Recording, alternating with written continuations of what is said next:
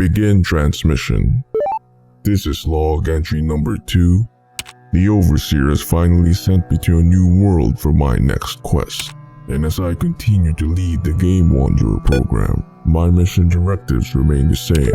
Adapt to the new world while recruiting allies along the way, and deal with any threats to save the world. However, my journey to this new world has proven to be difficult the moment I reached the borders of a place called Skyrim. Hey, you. You're finally awake.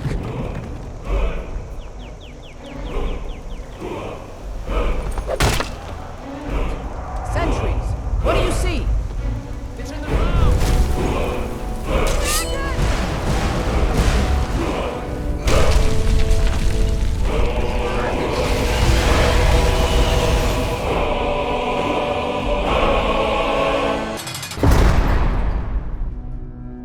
To anyone watching this log entry, you may be wondering why I had been held captive twice in a matter of days. And for that, we must start from the beginning. Hey, you. You're finally awake. You were trying to cross the border, right? Walked right into that Imperial ambush, same as us. And that thief over there. Damn you Stormcloaks. Skyrim was fine until you came along. Empire was nice and lazy. When I first arrived in this world, I immediately went searching for the nearest town. But as I made my way through this unfamiliar land, I was captured and knocked out by armed soldiers that were ambushing a group of rebels called Stormcloaks and its leader named Jarl Ulfric. What's wrong with him, huh? Watch your tongue. You're speaking to Ulfric Stormcloak, the true High King. Ulfric? The Jarl of Windhelm? You're the leader of the rebellion. Upon my awakening, my hands were already bound along with several Stormcloaks and a horse thief as we were being carried away to a nearby settlement to be executed. It would appear that these soldiers belong to an empire from this world that has been hunting down this Ulfric who had killed their king. Ulfric Stormcloak. Some here in Helgen call you a hero, but a hero doesn't use a power like the voice to murder his king and usurp his throne. And despite not being part of the Empire's execution list, I was sentenced to be beheaded nonetheless. But I did not fear death, for I had complete faith in the Overseer, and I would not have been deployed to this world just to die. What in oblivion is that? Sentries! What do you see? It's in the clouds. And true enough, when I was about to be executed, a dragon appeared from out of nowhere. Chaos ensued, and I made my escape.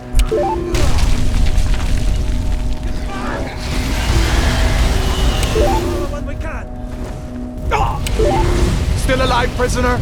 Keep close to me if you want to stay that way. I hope that dragon takes you all to Summergard! Into the keep this thing! With me, prisoner, let's go! We should keep moving. Come here. Let me see if I can get those bindings off.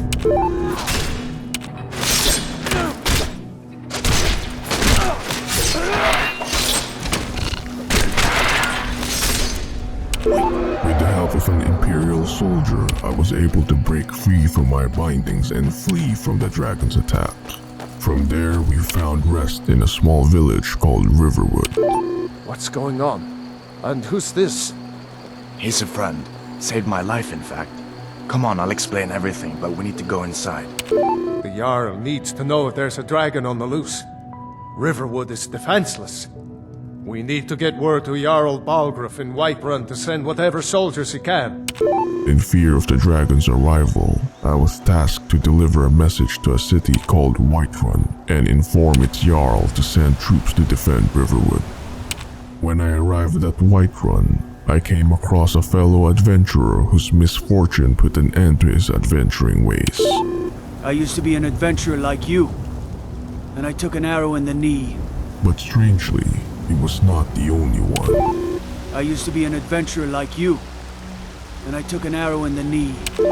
It appears I must be on guard against the arrows of this world.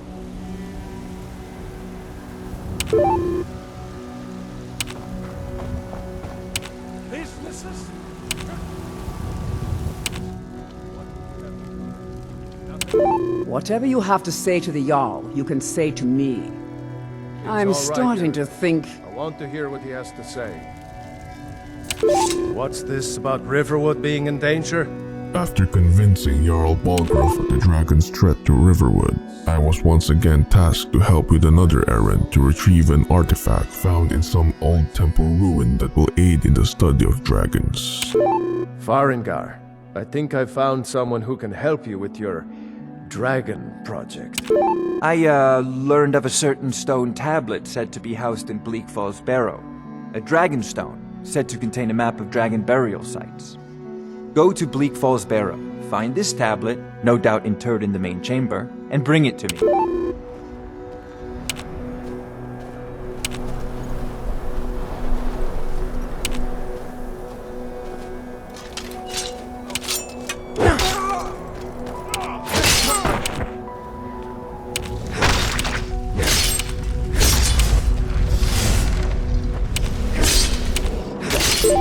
The journey was perilous, but nothing beyond my capabilities. However, in the process of recovering the artifact, I seem to have absorbed some form of energy as well.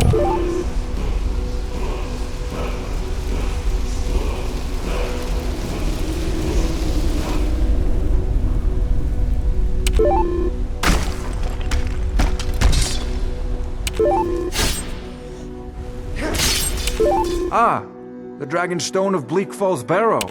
Farengar, you need to come at once. A dragon's been sighted nearby. You should come too. Upon my return to Whiterun, a dragon had been sighted at the watchtower nearby, and as such, the Jarl asked me to help his people fight this formidable beast. Irileth, you'd better gather some guardsmen and get down there. I've already ordered my men to muster near the main gate. I need your help again. I want you to go with Irileth and help her fight this dragon.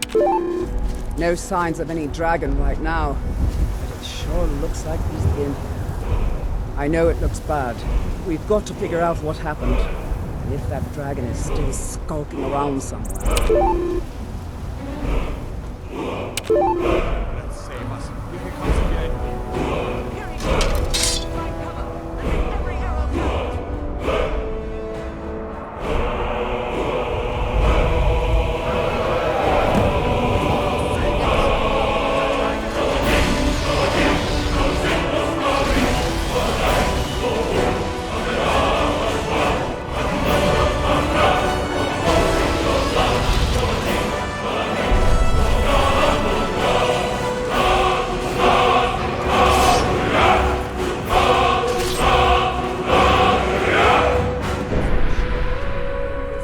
I eventually vanquished the dragon, but something unusual occurred upon its death as I ended up absorbing its soul.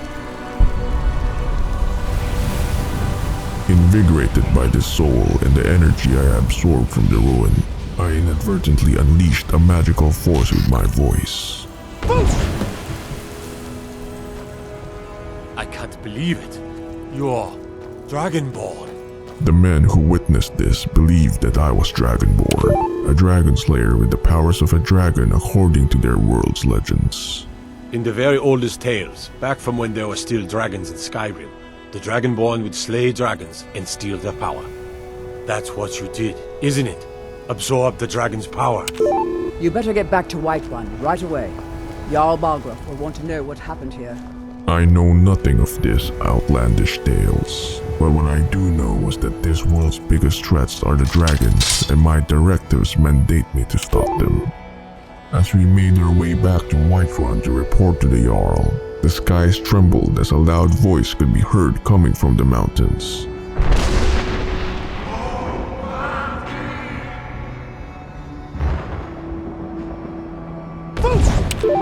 When I informed the Jarl about what had happened to the dragon, he revealed to me that the voice from the mountains were the Greybeards summoning me. So it's true. The Greybeards really were summoning you. Masters of the Way of the Voice. They live in seclusion high on the slopes of the throat of the world. The Dragonborn is said to be uniquely gifted in the voice. The ability to focus your vital essence into a thum or shout. If you really are Dragonborn, they can teach you how to use your gift. Whatever happened when you killed that dragon, it revealed something in you, and the Greybeards heard it. If they think you're Dragonborn, who are we to argue? You'd better get up to High Hrothgar immediately. There's no refusing the summons of the Greybeards. It's a tremendous honor.